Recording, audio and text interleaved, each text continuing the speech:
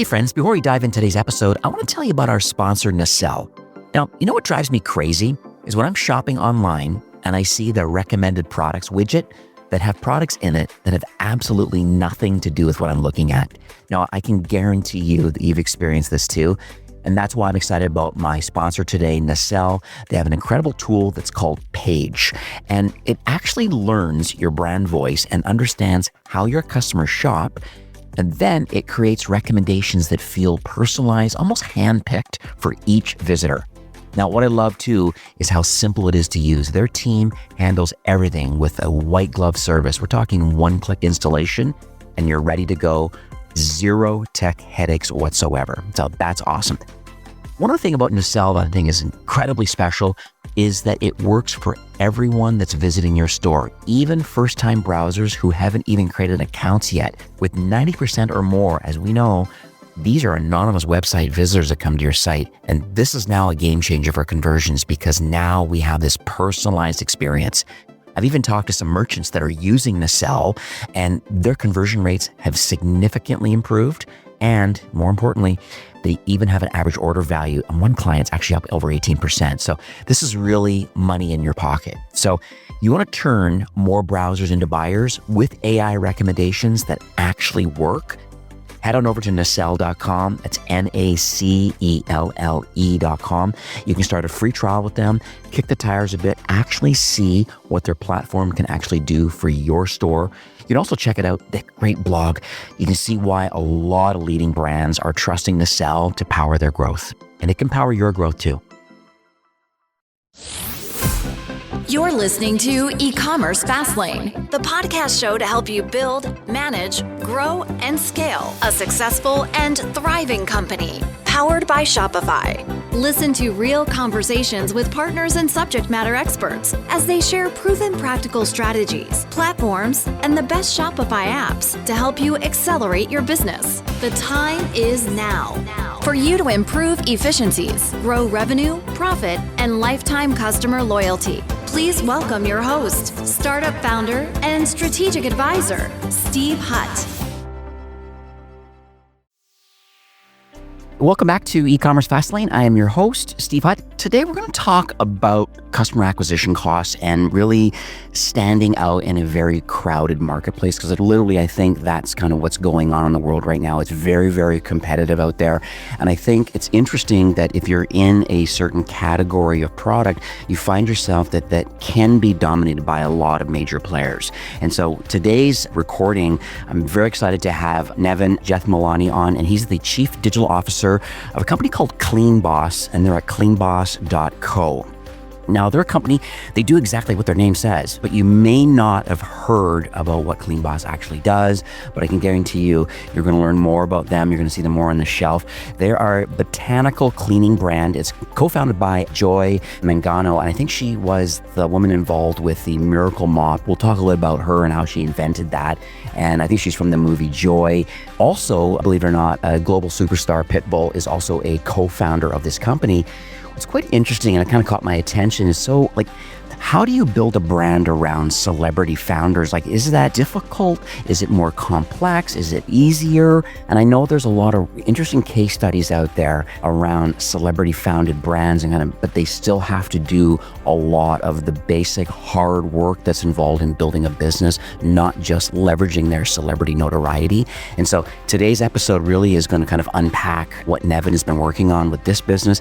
He has a lot of other skill sets around about just building products that connect to Shopify, great consulting kind of opportunities and stuff that he's been working with over the years. So, Nevin, welcome to eCommerce Fastlane. Thank you so much for having me. I'm excited to talk. Yeah, this is so cool. Thank you for being flexible and recording today. This is kind of a little different departure than, like I said, on my usual recordings. I'm usually more about the SaaS founders and kind of particularly piece of software that they have developed to help brands grow and scale or improve efficiencies. But today is a little different because we want to talk about, as I said at the top, that there are people that are selling products that they feel that they're finding it challenging to break into the market or become a major player, or at least play in the same area as other major players, by channel. And so I want to talk to you a bit about the cleaning aisle, I'm going to call it, so to speak. And it really has been dominated for years by the major CPG companies out there. And so knowing that, can you kind of walk us through the whole Clean Boss kind of brand, and then how you and these celebrity founders, how you were able to kind of break into the market? Is there any kind of positioning or strategy that we can talk about? Yeah, for sure. Internally and even externally, we call the companies that have dominated the cleaning aisle Big Clean. And it's a big part of our brand ethos is to kind of change the way people see Big Clean and the way that they see us. The brand has a couple pillars that we stand by when we launch products. One is that, of course, it has to be a clean formula. So we've got a bunch of different things internally that we track for that to make sure that the products that we sell are not going to hurt them in any way. The other big piece that every single one of our products is, it's as powerful or more powerful than the toxic alternatives. So that really started with the botanical disinfectant that we launched many years ago. That product is revolutionary in that it is one, the world's most powerful botanical disinfectant, but it's a clean formula and it's as powerful and sometimes more powerful than the toxic alternatives. So you're not compromising on the strength of your disinfectant when you use our product. In fact, on a lot of times our kill claims are even better and faster than the toxic alternatives. Very interesting. And so how did you actually get involved with this brand? Because it's so interesting to me that how, I'm going to say the stars align, but sometimes they actually do align themselves where you just get this opportunity, not dropped in your lap and not necessarily implying that you applied for it, but it's so interesting that you were able to align yourself as being the recommended person to take over the role that you're currently in. Can you talk to us a little bit about that entrepreneurial journey of yourself and how you're able to work with this business? I run a consulting firm where I work with a bunch of different brands, and all the brands that I work with are all through word of mouth. So Clean Boss came through kind of the network that I had built of people who know the work that I've done, seen the growth that I've had with different brands, and the conversation started. We started doing some consulting work together, some smaller projects, and then that developed into me essentially running the digital division. Just for some context, I oversee everything digital. So that includes our D2C site, our Amazon store, our Walmart store. We're now going to start scaling up TikTok shops in a big way. Our product line is, geared very, very, very well for TikTok shops, and it's a big, big initiative for us. Very cool. I know I was kind of looking at your retail focus and stuff, kind of prepping for the show, and it's so interesting. Kind of being in that whole Walmart expansion, I thought was quite interesting, and kind of with a dedicated page, now available at Walmart. And so, what does that do? Is there like a major social proof that goes along with the fact that you are available kind of in traditional retail, but then you still want the direct to consumer business? Can you talk about those? Because they seem to kind of complement but kind of fight each other. Let me preface this by telling you how the company is structured. So the business is broken down into 4 individual units, but there's a ton of synergy between each of these units, and the success of one drives the success of others. So at the current time, the e-com side of the business is very, very successful and growing extremely quickly. And the big benefit we get there is that as e-commerce becomes more and more successful and our brand awareness and our brand presence grows, it becomes easier and easier to get into retail. And that's a massive win for us, because once we're in retail and we have that massive distribution and getting into retail becomes easier and easier, the company is able to scale so much quicker.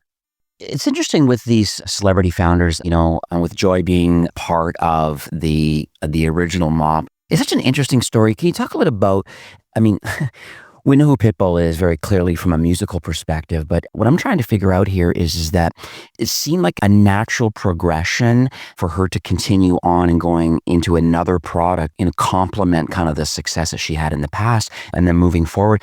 But it's interesting how Pitbull got involved in this opportunity. Is there a true story behind him wanting to be involved, or is this more of a kind of potential financial kind of opportunity that presented itself? No, he was very, very excited to be involved. His mom was a cleaning lady and used all these toxic products. And he saw the movie Joy and immediately related to Joy's story. And when they met, it was essentially love at first sight, business-wise. They got along extremely well. They spoke for hours first time they met. And even though it doesn't seem like these two would be the most natural fit, everything about them lines up. They both love to clean. They're both clean freaks. They need their areas sparkling clean all the time. So Pipple was extremely excited, and it was a very natural fit because of the background he had with his mom being a clean lady. Ah, okay. That makes a lot of sense. And so I mentioned at the top of the show about this, but is there a benefit in having celebrity founders as part of the business? Because I still feel that there's got to be a lot of kind of business acumen that goes along with growing the business. Clearly, they have you taking care of the digital strategy and other pros in their respective kind of categories. But I find it interesting on building that team. But or is there advantage for them in this particular case to leverage themselves as individuals, or are there some other challenges that go along with that being public figures? Absolutely, there is a benefit, right? Here's my take, and this is, I think, across the board with most celebrity brands. The celebrity will get you to a certain stage in your business, right? So whether that be a monetary stage or a brand awareness stage, they will get you to a certain point in terms of growth. But there's a point at which that the celebrity status doesn't scale limitlessly. So if you're not building a business on really strong infrastructure and strong roots, it won't work. And even if it is working, it'll only work to a certain size. And the issue I feel that most celebrity brands have is getting past that wall, building a team internally that is able to drive growth beyond the growth that the celebrity has. And then, of course, making sure that the product market fit is there. Because once you get past that celebrity's kind of network, I use that word very loosely because it's more of like a following. But once you get past that, the business needs to stand on its own two legs. And if it's not able to, it will struggle very quickly after that point. And I've seen it time and time again with multiple brands out there that have gotten a ton of success, but then haven't managed to grow past that and have had to either close or get acquired for a fraction of what they should have been. Yeah, that's tragic like that. Yeah, because you're right. You can't just leverage just their notoriety on their own. And I think of like some of the big Shopify brands that are kind of celebrity powered. You think of like Rihanna, for example, with Fenty and Kylie Jenner, obviously with Kylie Cosmetics, and Selena Gomez has her thing going on. Lady Gaga's got, one of the customer success managers that worked with me over the years. She managed Lady Gaga's account at House Labs. And, everybody, I could start rattling all these names of Ariana Grande and like even Jeffree Star Cosmetics. There's a lot of interesting things out there, but at the end of the day, they tend to surround themselves with the right team. I had direct relations with what's going on with Lady Gaga's brand for a while because I was speaking with Stephanie, who helped manage that account. And it's interesting, some of the partners that they were able to loop in, even though you had Lady Gaga behind the business, at least from a financial perspective and her public notoriety. But on the flip side, she also had a vision to the brand, and she was very instrumental in kind of like helping find the right team to kind of execute. If even she didn't have the skill set, she knew exactly what you said. You could bring it on to a certain level, but how do you build it further and beyond? And then clearly with the right team and the right people and execution, it can happen. Yeah, exactly. If you're able to find the right team, that's the big unlock, right? That's the most difficult thing to find. Yeah, it's wild. So let's talk about customer acquisition, and I'm going to call it in competitive markets, because once again, you're in a massively competitive market. That cleaning category, I think about Amazon, for example, and I think about the commodity part of cleaning. And I know that you don't want to be fit into a commodity product, but cleaning in general is an important product, but it's a massive business. And I know you're differentiated in a certain way, but can we talk a little about how you're able to profitably acquire net new customers? And then what's the plan for building lifetime value once you acquire these new customers? We are a slightly unique business in the sense that most D2C brands are going to acquire their customers on Facebook, Google, the traditional channels. We've actually been very, very successful acquiring customers on linear TV, and we've become very, very good at it. The key there is actually leveraging Joy. She is in all of our linear TV commercials, and she's become a face that people now recognize. And a part of the success that we've had, of course, our commercials are powerful, but a part of the reason that people keep coming back is because they associate Joy with high quality, innovative products. And that's been a massive win for us. So we've managed to, as you were talking about celebrities, right? We've managed to use joy in a much more powerful way than a lot of other brands do, right? A lot of other brands will use their celebrity founder to leverage their social media following, but we've actually integrated joy into our most powerful ad campaign and tied her face and her likeness to the brand, and that's been the massive unlock for us. Maybe we should kind of explain for our listeners the difference between kind of linear TV and then what we're seeing some of the smart TV kind of advertising opportunities through Hulu and through Amazon. Can you kind of explain the differences? Linear TV is going to be your news channels, your sports channels, anything that you watch on traditional cable that's kind of played live. It can be watched on YouTube TV. It can be watched on some of the more modern streaming type services, but at the end of the day, it's a network that is airing the content and the network is putting out the ads. It's not ads through YouTube TV. It's not connected TV, because a lot of these platforms will stream the linear TV piece and then put ads even on top of that. I'm not sure if YouTube TV does this, but YouTube TV, for example, will allow you to watch ESPN and watch a basketball game on there. And then you'll see the ads within ESPN, but then you'll also see additional ads through YouTube TV that are technically connected TV ads, not linear TV ads. Ah, I see. So I remember interviewing someone with some technology in the past where they found a lot of power in more in the smart TV kind of advertising space and saying, hey, we believe our target audience is going to be watching this particular show at this particular time, and in goes the ad. We know that these are people that have not paying for premium, I guess, and these are ad-supported kind of free channels like through Hulu and others. And what's interesting is that, with IP detection and things like that, they know that the ad was likely watched because it was interjected a certain thing, or there's banners and different things have popped up kind of in the middle of things as they're recording. So there is some kind of a view through. But what I find interesting is the retargeting opportunities that happen from these digital experiences that happen on smart televisions, for example. Then there can be like retargeting campaigns because we know that you have seen this ad. We don't quite know yet if you've actually purchased or not yet. Now, there are some smart TV options now where you actually buy right from within ad on TV and check out. And Shopify's got that connection. It's so interesting. I just want to hear from your side because you're saying you're doing more linear TV, but what's the opportunity? Like, how do you know how well linear TV is doing? Is there remarketing opportunities? Like what sort of data is given? Or do we just kind of generalize and hypothesize that, well, we spent X during this time. Was there an incremental lift in view throughs and conversions? Do we just generally attribute to that campaign, to that success? I just want to hear from your mindset about how you actually quantify ad spend on linear TV or anywhere for that matter.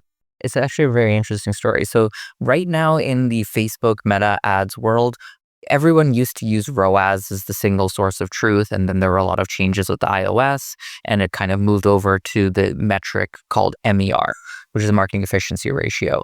It's literally just, spend divided by total revenue. And that metric was actually originally used to calculate success on TV ads. And a lot of marketers don't know that. And that is still the metric that is used to calculate success on these TV ads, because we buy linear TV ads at a specific time, at a specific date, and we know when these ads run, and they run nationwide. So in that time period, we will look at a 15-minute window, we'll look at an hour-long window, and we'll look at the day-long window to see how much revenue we drove after that airing. And that's how we measure success on linear TV, which is wildly different from how you measure success on connected TV, because connected TV is running to households based off of an algorithm, right? At different hours of the day, there's no consistency. So there needs to obviously be some attributed measurement tool that is using IP addresses, lift based off of, airings at a certain day and time, whatever that might be, to make sure that you're getting a read on whether a campaign is working well or not. Linear TV, on the other hand, is a lot more black and white and a lot more kind of elementary in that sense. Now, of course, we do layer on some data around kind of trying to attribute revenue through to Amazon, because we see a lot of Amazon revenue come through. So there's some data science that goes into, figuring out where these people are watching, where they're coming onto our site from, and then deciding whether to attribute a Amazon order within the 15-minute window of an airing to either our TV commercial or just to, Amazon as a whole. So there is that piece, but just when you're looking at it on our site, it is primarily done through just overall lift. Oh, I see. Okay. And that's called the marketing efficiency ratio. Yeah, MER.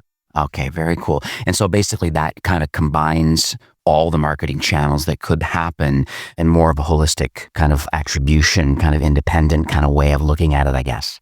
Yeah, that just is a top line number. So it's the top line revenue divided by your top line total ad spend. So we'll look at that in like a 15-minute window. So within those 15 minutes, we spent, let's just call it $1 on ads on TV, and we got $2 in revenue. So that's a 2. And that's a very successful campaign, right? Okay, I understand now. It almost seems like there's this Amazon halo effect that happens too, where it would seem that, when there's advertising going out there and Amazon has high coverage. I mean, a lot of people use that as a starting point for purchases. And I mean, they own half of the e-commerce market. I think, I don't know, 10 or 12% of like all digital purchases are done on Amazon. I think it's still 80% is still retail. 80-ish% is still fully traditional retail. The other 20% is done like digitally. Well, Amazon owns half of that digital footprint. And because of that, they've got great SEO. They come up high in organic search for like a lot of keywords.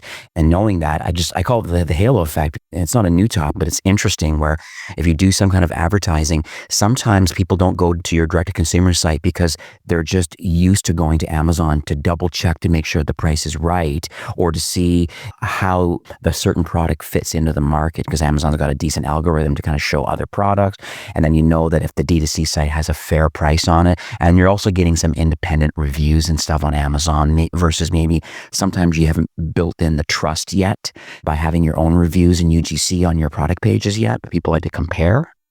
Absolutely. So Amazon is a beast. It is a flywheel that keeps on going, and it's one of the biggest benefits of running our TV campaigns. I'll tell you a quick story about when we launched our fruit and veggie wash. So our fruit and veggie wash obviously was a brand new product. The category is relatively small compared to other product categories on Amazon. And when we launched our campaign on TV, within the first 30 days, in terms of run rate, we were the largest seller on Amazon for fruit and veggie wash. And the reason I tell you this is because that extremely quick growth got us into this Amazon flywheel of organic sales through Amazon. Because, as soon as Amazon saw that there was a ton of people buying our product on Amazon, they started to rank us higher. And then when we weren't running any TV campaigns, we saw a ton of additional revenue coming through Amazon just because Amazon pushes your products and it makes a massive difference. Yeah, I'm just looking right now at your live Amazon listings right now, and like for like one product alone, there was more than 4,000 were bought just last month alone. This is like a multi-pack too. So yeah, people are buying like hand over fist. And then it looks like you also have some options too where you're allowing for people to get on a subscription plan. Is that something that's been very intentional as far as like I subscribe and save either on the D2C site or on Amazon? I'm just curious to understand the mindset around the LTV that comes out of subscription offers. Yeah, so subscription is a massive piece of our business just because we are able to lock in the revenue and get people to continuously keep on coming back. It's just one of those things that, in my opinion, is table stakes for a brand like ours. And the nice thing about it is, and for those listening, it's very like you literally can wake up at the beginning of every month and it's easier to forecast kind of where the business is headed. You don't have to worry about driving net new customers. You will, but you have this instant revenue that is going to come, and it's all part of your forecasting and revenue models because you have X number of thousands or tens of thousands of customers that automatically have a schedule of kind of when the product's being shipped out to them. And I think that's very repeatable, and it just makes the business run better knowing that you have this money in the bank. Then you can continue driving net new, but then you have all these loyal customers now on subscribe and save. Yeah, that's for sure. I think that applies a lot more to to established brands. For us, we're growing so quickly that our number one focus is new customer acquisition. And yes, it absolutely does add a level of consistency to our business, knowing that there's going to be subscriptions coming in. But we are not a business that's kind of okay with just sitting at the existing customer base and just letting the business ride like that. We need to be acquiring new customers every single day, every single month, every single week. But I've spoken to other brands out there and it's phenomenal, the businesses that they built. They're like 90% subscription, like their 90% of their revenue is subscription revenue. So they can spend tons of money on new customer acquisition to acquire these customers because their LTV is so large. And that is a massive lever that they have to pull when acquiring customers, because if they can spend a lot, then they have so many more channels that they can go into to acquire new customers. Right. So I want to talk about, it's a little bit of an elephant in the room, these AI overviews and the fact now that Google and ChatGPT and Perplexity and others, they're aligning themselves with Shopify and to a certain degree, and they're allowing for discoverability and checkout literally from within these kind of Gen AI overviews. I think from the SEO perspective, a lot of brands are complaining a bit that, those little blue links or, people are getting the instant answers they need. It might be different in e-commerce a bit because great, that's the answer. I am looking for an all-natural, pesticide-free, yada, yada, yada. Okay, there it is. But where can I buy it? And so I guess my question to you is that, so what's your mindset around these Gen AI overviews, just, and people using these large language models now for searching? And then what's the intentionality around your organic traffic building, knowing that you want the site to get crawled, you want citations from within these large language models to drive more net new, even though it's not as big, but it's definitely growing incrementally. And I think more people are getting used to using these kind of Gen AI tools, if it's ChatGPT or, Gemini or Perplexity or whatever. And so I just want to hear your mindset about what you're currently doing in that area. We've seen traffic come in from ChatGPT, from all these different tools in a big way. And it's crazy to see.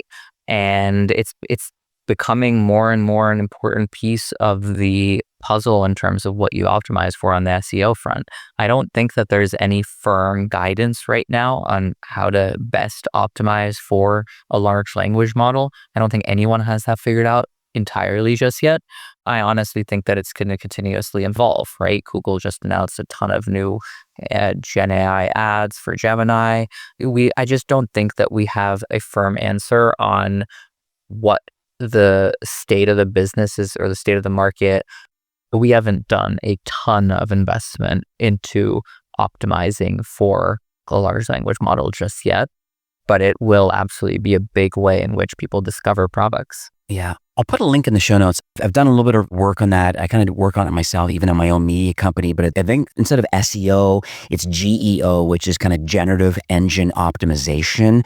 And basically, it's just like a practice of kind of like optimizing content so it will appear in responses inside like Perplexity and Gemini and GPT and others, right? So I think it's interesting. And so I agree with you. We're definitely in the early days, and these are like, but it's something that I think needs to be on people's radars and say like, how do you make sure that you get the citations that you want? How do you make sure that you are enabling these large language models like Perplexities and ChatGPT, like OpenAI, to crawl your site? And then, but it all comes down to, this is kind of like my quick takeaway, is the fact that there's still this EAT algorithm, this experience, this expertise, this authoritativeness and trustworthiness. And I think, and you know this as well as anybody, what are we doing in the brand and the business to make sure that we talk about our experience and our expertise, and how are we authorities and how are we trustworthy? There's a lot of levers to be pulled to kind of have Google and these large language models agree that, yeah, you really are a trustworthy kind of business. I think there's lots of data points that point towards that sort of thing. It's, sales on Amazon, organic reach over here, UGC on the product pages, length of business, who owns the business. There's so many check boxes along the way that, if you're doing a lot of the basic kind of SEO things from an on-page and an off-page kind of link building kind of opportunity, a lot of it will come organically on your own because of a great product and celebrity founders, but there also has to be some intentionality around how this geo works. So yeah.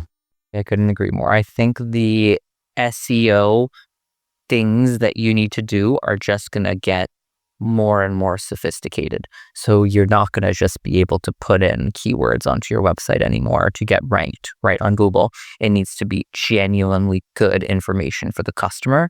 And Gen AI is going to be able to detect that much more so than current SEO algorithms. That being said, I know that Google is using Gen AI within their SEO algorithms already. So it's not going to be wildly different. But yes, there is going to be some fine tuning that you need to do in terms of content in the future, specifically for these Gen AI algorithms. Very cool. So you alluded to a little bit about iOS, I don't know, 14 or 14.5 and this whole blended ROAS problem and this short cookie window and all that. Since you're involved and own the digital channel, what's your tool of choice or mindset around attribution and correctly understanding the customer's journey? Because we know it's a multi-touch, multi-channel kind of world out there, and people come in the funnel at all different areas to make a sale. I just want to hear your mindset about like, what are you using for like third-party pixel tracking tools? And then how are you leveraging any of that data? Yeah, there are a bunch of good tools out there. So we have a few custom pixels that are set up. So our media agency runs a custom pixel. We have Triple Whale installed. I'm a big fan of Elevar as well. It kind of depends on what you're looking for. We do a lot of custom data analytics work just because we are looking at MERs and we need to look at specific windows and specific time windows and specific products that the reporting becomes a little bit more complicated in one of these out-of-the-box tools. So I built custom reporting that pulls in data from all these different channels, blends it together, and then slices and dices it and shows it to us the way we need it to. That's been the biggest unlock, in my opinion, on our side, just because we're able to see what is working and what isn't working at a very granular level, looking at things apples to apples. And yeah, that's kind of just like a high level NER perspective. From an attributed perspective, I feel like Triple Whale does a really good job. I've heard good things about Northbeam. I would say that these days that kind of stuff is table stakes. It used to be extremely expensive to get some of these tools that were very good. Now it's become very democratized through tools like Triple Whale. Oh, I see. Now, how does AI fit into, because you said, one of your larger plays right now is because, you're a rapidly growing business and you want to drive net new and you're going to have your processes in place for loyalty and getting people on subscribe and save. And so you are in a great position to be able to spend money knowing that there is guaranteed revenue coming in through the subscription side or loyalty side. Are there certain processes or tools that you're using, like AI tools, I guess, for coming up with ad creative and an A, B, and C testing things? And then are you able to double down on winning ad creative up to a certain point? Because it seems it can get quite complicated with businesses and running hundreds of different kind of like ad creatives. And so I just want to hear your mindset around like, what does a business like yours do? Are we outsourcing that completely to an agency partner that's helping with that? Or are there AI tools that can make some slight edits to images and text overlays or video? Are we leveraging UGC from influencers? I'm just curious on kind of how the business is moving today. I've done some demos with some really cool AI editing, video editing tools, really cool video like UGC tools. We haven't really done a lot to implement that stuff internally just yet. We are just exploring it right now. But I think that, give it a few months, maybe a year, I think it'll be a massive game changer for us in terms of being able to save time and money on some of the more basic tasks out there around creative testing. I don't think that the AI is going to be able to generate full-blown UGC videos. I think that that's something we're still going to have to get from creators. I don't think that it's going to be able to generate full-blown video creative assets for us for our TV commercials or anything like that. But in time, sure, just not in the short to medium term. I see. Yeah, there's been a few tools. I've had some of the founders, and once again, back to the original premise of my show was more around like the tool side and some of the problems they were solving. I know adcreative.ai was quite interesting by creating like Google ad campaigns and Facebook and Meta and whatnot. And so interesting how they can make like all of these different creative changes and text changes is quite interesting. Quick Ads was one I had on, and Predis.ai I've had on. Once again, you're going down your journey. I agree with you. It's a little bit in our early days. There are some early adopters, but you also kind of want to do it right. And you want to make sure that, winning ads, first of all, you're on brand. We got to make sure that that's organized. And then number two, like what resonates with your audience. I mean, it's a cleaning product. So what's the target demographic? Are they boomers? Are they older millennials? Who knows? And then knowing what your target audience is, like what channel and what type of ad, resonates with them that, allows this conversion to happen, right? And so there are AI tools. I'm glad you're considering it, but I think that's this back to another word like incrementality. How do you move the needle a little tiny bit more by finding the best creative way of acquiring net new customers, right? Yeah. Right now, our big focus is not the fine tuning and not the incrementality. It's really the big game-changing wins for us. Growth. Yeah. Like, how do we add 7 figures of revenue to our top line? How do we, on each incremental campaign, that kind of thing. Yeah. I guess my next steps are just, I'd love to give you an opportunity because, you're clearly very knowledgeable. I just love the fact that how you got involved in this business really was through word of mouth. I think it's fascinating because what it shows is that you got referred to by someone else because you have a history of wanting to help in the digital world. You have a lot of skill set. I know you have, and still do some consulting work, and you've even built some tools, some custom reporting tools and data analytics and stuff. So you really are entrenched kind of in this space. So I just wanted to kind of give you the opportunity to say, hey, what do you believe some of the next steps are for anybody listening today and says, hey, wow, it's interesting what you are doing right now with Clean Boss. And I think that's fantastic. But how can I maybe leverage what you've learned, or how can I continue, number one, maybe work with you, number two, get involved in anything that you publish online, just kind of understanding your mindset so you can kind of be an early adopter too and learn through all your own learnings. I don't have much of a social media presence, but I'm more than happy to talk to anybody. You can email me. My email is Nevin, Nevin, @datadish.io. That's DATADISH.io. I'm happy to chat, happy to help wherever I can. Love to work with founders, love to work with, intelligent teams. One, of course, the consulting side, and two, the data side. I think the most unique thing that I've learned over the last few years is how to leverage linear TV and traditional TV advertising channels in a very effective way to kind of grow top line revenue, opposed to just having it there as a brand awareness tool. I see. Well, that's perfect. Well, I'll make sure I have all of this updated in the show notes. We'll have a link to your email address. We'll have like all these resources and things that we mentioned. There's lots of different tools and things here. Love Elevar. I love that server side kind of like normalization of data. And Triple Whale's a really good call out. There's quite a few others in here. I'm on page 2 of notes today. So it's a good episode when I have lots of notes.